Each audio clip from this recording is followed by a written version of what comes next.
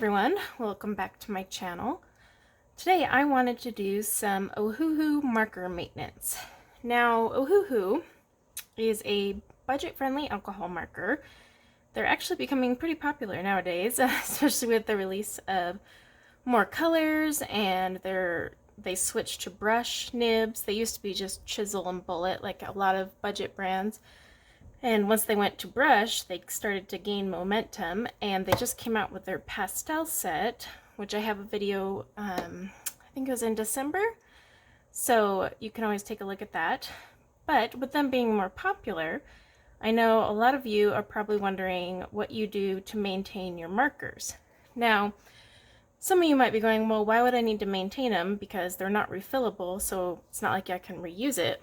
That's true, but they do have quite a bit of ink in them, and they will last for a while. I've had this BR2, for example, for a couple months, and I used it extensively. It's one of my favorite colors for brown for brown blends. So it still has plenty of ink in it, but it's getting a little icky. And there's a few reasons you want to maintain your Ohuhus, even if you can't replace them or refill them yet, because they do have some refills on their site. It's only for like just a couple of markers, but it makes me think that refills might be coming. So there's another reason to maintain, just in case they really do launch all of their colors in refills. That would be amazing. So without them being refillable yet, the other reason is you don't want to have gunk build up inside. Like, see, I already have some ink that is leaked here, and then you'll see how nasty my whole thing is here, and look inside that lid. That is pretty gross. There's a few reasons you want to maintain them, even if you can't refill them.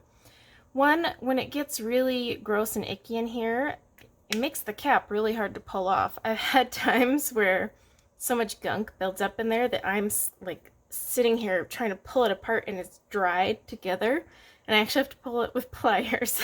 So that's one, save your hand and your sanity.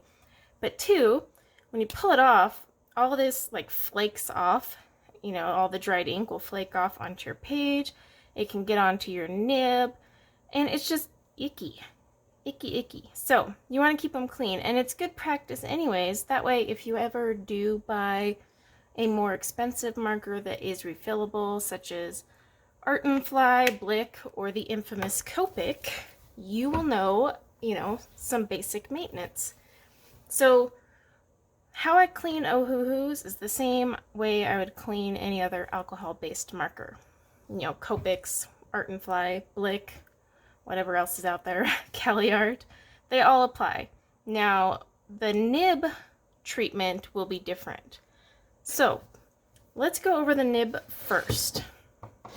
Say you have your precious Ohuhu marker, and you've noticed the nib is starting to get frayed. This one's not frayed on mine, but it's starting to get there. You'll notice it frays when it starts having a little string start to tip, right at the tip, or you'll see little pieces popping out. It should be a perfect brush. If it's not, it's getting worn out. So while they don't have replacement nibs and refillable ink, what you might not know is these nibs are reversible. So say this end gets all icky, you can actually pull it out and turn it around and use the other end. Most marker brands don't do that, so it's kind of nifty that Ohuhu does, and they need to advertise it more, because for a budget marker, that's a pretty good innovation.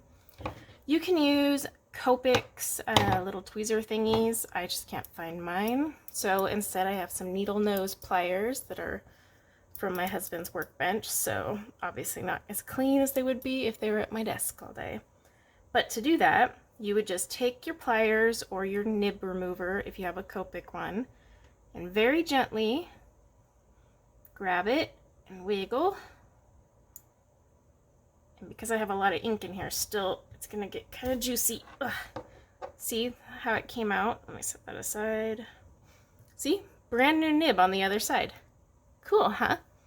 Now, all I would do is put this down, and then I would have this be fresh, but since my nib really isn't ready to be replaced yet, or reversed I should say, I'm gonna put it back in.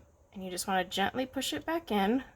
You are gonna get ink, that kind of pops in and out, which is why you want to do any nib maintenance before you do the cleaning maintenance, because you will get ink that pops out. Depending on how full it is, like if this was a brand new marker and this was fully absorbed, it would be really messy. And same thing, when you go to reverse them, you're gonna get it on your hands.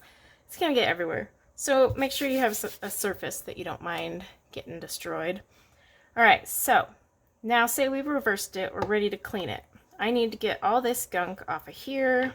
I need to definitely get the gunk out of the lid, because all of that dried alcohol can flake off and actually stick to my nib, and there's nothing worse than going to color and you have a little fleck of something and it actually leaves a streak in your work and not fun. So to clean it, you'll need garden variety cotton balls and Q-tips and rubbing alcohol. You could do this with alcohol swabs, you know, those pre-moistened little ones. Only reason I don't is because there's kind of a shortage right now anyway with COVID, and gosh, even this bottle of alcohol, I've had this forever, but if I were to go buy one right now, I'm pretty sure I would overpay for it. It's like liquid gold. But anyway, first thing you'll do is take your cotton swab, you know, get it wet with some rubbing alcohol, and then just gently wipe it off. And you're gonna kind of have to scrub here because you're gonna have some dried, you know, marker. Just keep doing that, and then if it gets on the white part, don't worry, because you can just go back later and clean that. But see all that coming off of there? Make sure you don't have a paper cut on your hand like I do, because I can feel it stinging. Oops. Don't worry if a little bit sticks to the dried alcohol. You just need to wet your cotton swab. In this case, I'm getting a clean one because the other one is all icky. So I'm getting a clean one. And the same thing, especially around the top here, is going to be extra dry. And see, I just kind of turn it on the wet cotton ball. Again, you can use the pre-moistened swabs. Bottom line is you just need rubbing alcohol. Alright, and then I'm going to get one more to now clean the body because it kind of all smeared all over. It's a messy process, folks. It would be even messier if we were trying to refill it. And there. We have a nice, clean brush. I never use the chisel side, so I don't need to go repeat on the chisel side, but if you do, then you will want to go to the chisel side and repeat that. Now I'm just going to get the outside of the lid because I have some dried ickies here. Let's see if I can get that all off there. Okay, now the inside is where you're going to need a Q-tip. So I'm going to pour a little of my alcohol into the lid here. Okay. Just soak that up. And this evaporates just like your alcohol ink. But basically you're just going to moisten a Q-tip, and try not to fling it at yourself like I just did. And you're just going to do a circular motion on the inside. And then I like to come back through with the dry side on the opposite end and pick up any extra.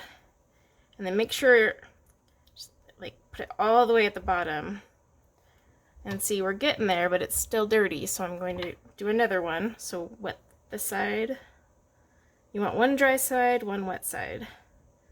That one wet side is here to kind of moisten all this alcohol.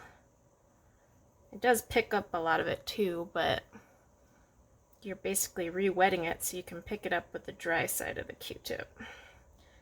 Try not to push down too hard when you're doing this on the wet one, because once it picks up that color, it kind of squeezes out and redistributes it. Okay. Oops. These caps are, look at that. See the inside? Clean. Okay, and then I'm just gonna grab a cotton ball to get the stuff that kind of came out on the side and edges here as I was cleaning it. And then just let that dry. It takes all of a couple seconds, just like your alcohol markers. So now I have a clean lid, a clean brush nib side.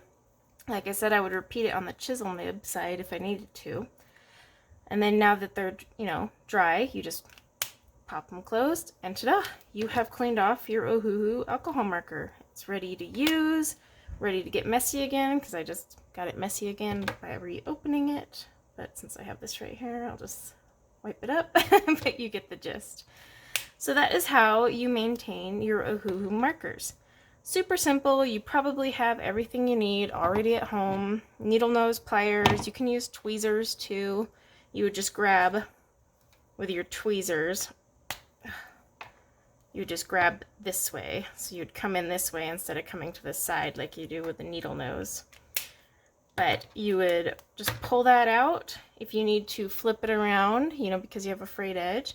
And then you just want to clean it up using cotton swabs, rubbing alcohol, and Q-tips. And see, they get messy, but it's all good. And then you can just do that and rinse and repeat. Now, I wouldn't reuse these. So, like, don't go from your brown to clean your yellow. You might go through quite a few. Not all of my markers need to be cleaned at the same time. In fact, most of my Ohuhus are pretty good to go. It's just certain markers. They tend to be the ones that are just juicier. I don't know if there's a better word for that, but inkier. You know what I'm saying. They tend to be the ones that get really gunky all up inside the lids, and I don't know.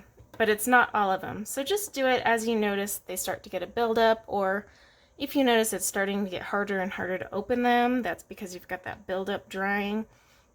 And just to, you know, prolong the life of your brush nib and your hands from reopening your lid. But thank you guys so much for watching. Until next time, take care.